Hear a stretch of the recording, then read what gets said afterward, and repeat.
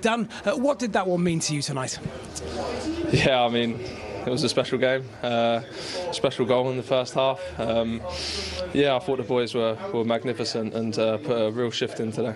Which meant more to you, the goal or that clearance 1 minute from the end?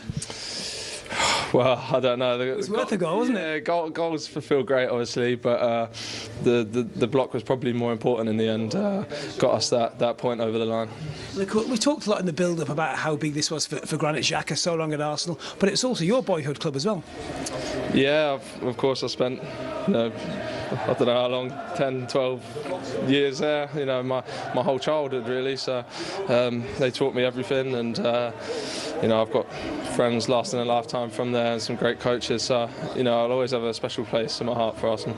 How big could that point be? Because it perhaps wasn't technically the best game we'll watch this season, but physically and in terms of commitment, we saw a lot from Sunderland tonight. Yeah, I think it's been a theme of us really throughout the season, and for promoted teams, it's important. You've got to fight for everything, because some of these teams have such great quality. So we have to make it tough, especially at home. And I thought we did that tonight. Mikel, a point, but I imagine the talking point was the equaliser. Was it a foul? I haven't seen the action again, but that decision has been made. It's 2-2. We consider two very similar goals, and they are really good at what they do and the way they create the chaos and play the long balls and the flicks and the plays that they commit forward. We consider two similar goals, which is not good enough from ourselves. But it's true that the team showed an incredible resilience and courage to go back from that result, to score the equaliser, to score the second one that we were pushing.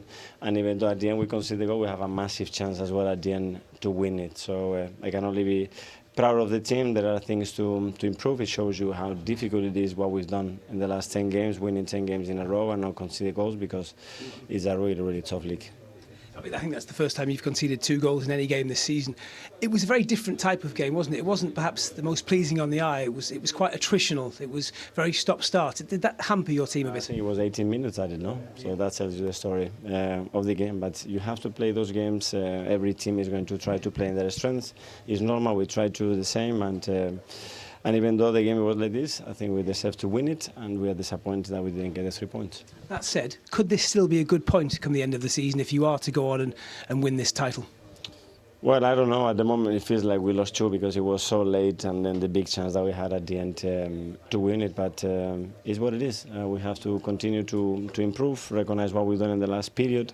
International break, we need to get players back because we are missing 7 players in the front line for the last 2 months. So big credit to the team, what they've done as well. Will you watch the game tomorrow? Is a draw the best result for you? Yeah, I will be watching it for sure, yeah. Like a draw?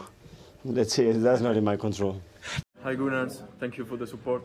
Obviously we are disappointed for not winning at the end, and we go again, we're top of the league, can't wait to see you again. It was a night full of emotion for Daniel Ballard, the Sunderland defender who came back to haunt his boyhood club Arsenal.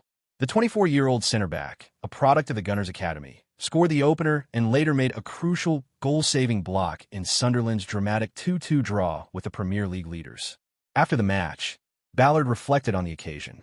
It was a special game. I spent 12 years there, my whole childhood really. It taught me everything. I'll always have a special place in my heart for Arsenal.